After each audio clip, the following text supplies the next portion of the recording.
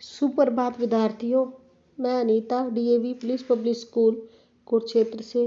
बच्चों, आज हम भाषा मादरी का पाठ 4 चींटी ने पाठ पढ़ाया का अध्ययन करेंगे। पाठ का अर्थ है चींटी ने पाठ पढ़ाया। पाठ पढ़ाया माने सबक सिखाया। ठीक है, अब देखिए हम इसका पठन करेंगे। गप्पू हाथी थे बड़े उत्पाती। उत्पाती माने नुकसान पहुंचाने वाले। ठीक है, शरारती। वैसे ही थे उनके साथी, और उनके जो मित्र थे वो भी शरारती थे, उत्पात करते थे, नुकसान पहुंचाते थे चीज़ों दूसरों जानवरों को। ये जंगल में थे करते मनमानी, चलते थे जैसे राजा अभिमानी। ये जंगल में अपनी मनमानी करते थे और ऐसे चलते थे जैसे अभिमानी माने घमंड उनको हो, टोर से चलते थे वो अपनी। जंगल के राजा जानवर थे परेशान। जंगल के जानवर थे परेशान, शेर महाराज भी रहते थे हैरान। जंगल के जानवर उनके उत्पात से, ठीक है, उनकी जो परेशान करते थे वो नुकसानों से परेशान थे। और शेर महाराज जी भी जो है, जंगल का राजा शेर होता है ना, वो भी हैरान था कि ये सब क्या करते हैं। एक दिन राजा ने सभा बुलाई, वहां आए पशुओं को बात बताई। राजा ने सारे जानवरों को बुलाया और बताया कि कैसे गप्पू हाथी जो है शरारतें कर रहा है। सबक सिखाने का मिलकर करो उपाय, चींटी बोली काम हमें यह सौंपा जाए। ठीक है, अब बोले कि इसको सबक सिखाना चाहिए, इसलिए इसको उपाय सोचो। और उसके बाद चींटी बोली कि यह वाला काम मुझे सौंप दो। सौंपने माने जब हम किसी दूसरे व्यक्ति को बोलते हैं कि आपने ही यह कार्य करना है, भरोसा रखते हैं, तो ऐसे ही चींटी बोली कि मुझ पर भरोसा रखो और मुझे यह काम सौंप दो। अरे वाह, छोटे मुंह बड़ी बात, देख रे देखो, देखो रे देखो चींटी की बिसात। ठीक है, वो बोला शेर राजा की तू तो बहुत छोटी है और बातें कैसी बड़ी बड़ी कर रही है।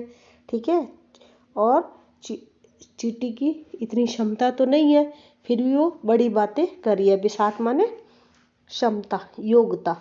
चींटी से नहीं सही गई कटु वाणी, उसने कुछ करने की मन में ठानी। कटु माने कड़वी बात। चींटी को ये बर्दाश्त नहीं हुई, जब शेर ने कहा तो उसको भी गुस्सा आने लगा। उससे ये कड़वी बात बोल जो है वो बर्दाश्त नहीं हुए और उसने मन में सोचा कि मुझे कुछ करना चाहिए। वह अकल के घोड़े दौड़ा रही थी, बुद्धि के चाबुक चला रही थी।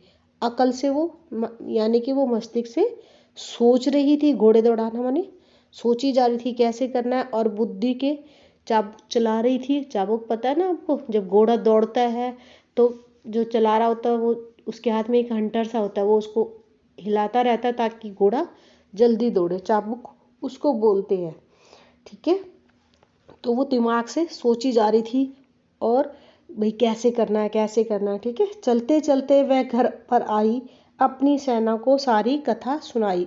और सोचते सोचते वो अपने घर पहुंच गई और अपनी सेना यानी कि बहुत सारी चींटियों को बुलाया और उनको सारी कथा सुनाई। जंगल में बढ़ने लगी चींटियां सारी, उनके बल से कांप रही थी धरती भारी। ठीक है, जब उसने अपनी सेना को बताया तो सारी जंगल में जितनी भी चींटियां थी वो सब इकट्ठी होने लगी और सब अपने अपने गुस्से में उपाय बताने लगी। ठीक है, और धरती जो सोच रही थी, कांप रही थी कि वो इतनी सारी चींटियां कहाँ से आ गई। वहां पहुंच उन्होंने गप्पू को ललकारा। अब जब वो सारी इकट्ठी हो गई तो उन्होंने क्या करा, गप्पू के पास गई और उसको ललकारा, आवाज लगाई उसको। उसकी हरकत पर उसे खूब धिक्कारा, ललकारा और उसको बोला, बुरा भला कहा कि तुम अपनी हरकत को पहचानो, तुम ये सब क्या कर रहे हो। गप्पू बोला, जो भी है सामने आओ, अपना काला मुंह मुझे दिखाओ। उसके बाद जब ललकारा तो गप्पू को गुस्सा आ गया और उसने कहा, जो भी है पीछे से मत बोलो और मेरे सामने आओ और अपना काला मुंह मुझे दिखाओ। यह सुन चींटी ने एक तमाचा मारा, हल्का नहीं वह था बहुत करारा। करारा माने कड़ा तेज। ठीक है, चींटी को ने एक तमाचा जो है उसके मुंह पर मार दिया गप्पू हाथी के। ठीक है, और वो हल्का से नहीं मारा, बहुत तेजी से मारा। ठीक है, उसने दमादम गप्पू पर लाते बरसाई। गप्पू रोया पर उसे दया नहीं आई। उसके बाद उन्होंने चींटियों ने क्या करा, उस पर अब वार करना शुरू कर दिया। सारी चींटियां उसके ऊपर चढ़ने शुरू कर दिया, लाते बरसाई उस पर। सारी चींटियां इकट्ठी हो गई और वो तंग करने लगी उसको। गप्पू रोया और पर चींटियों को उस पर दया नहीं आई।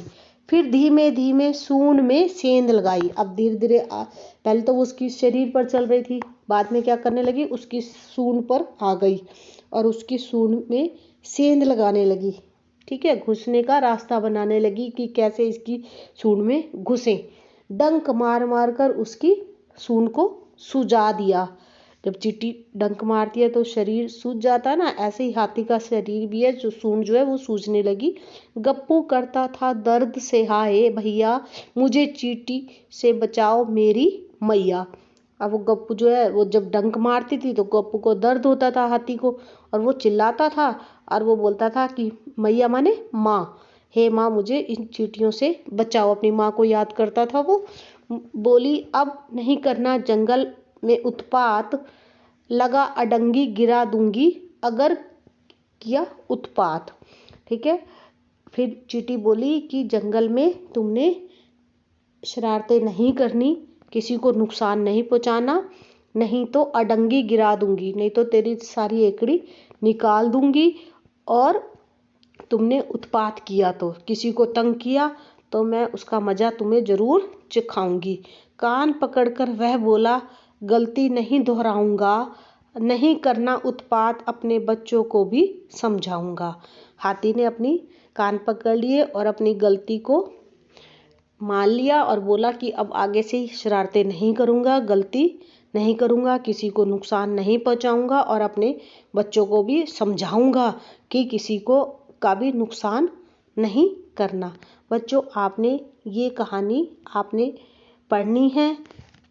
चींटी ने सबक सिखाया और नीचे शब्दार्थ दिए हुए हैं, वो भी आपने इन शब्दार्थों का अर्थ समझना है। धन्यवाद बच्चों।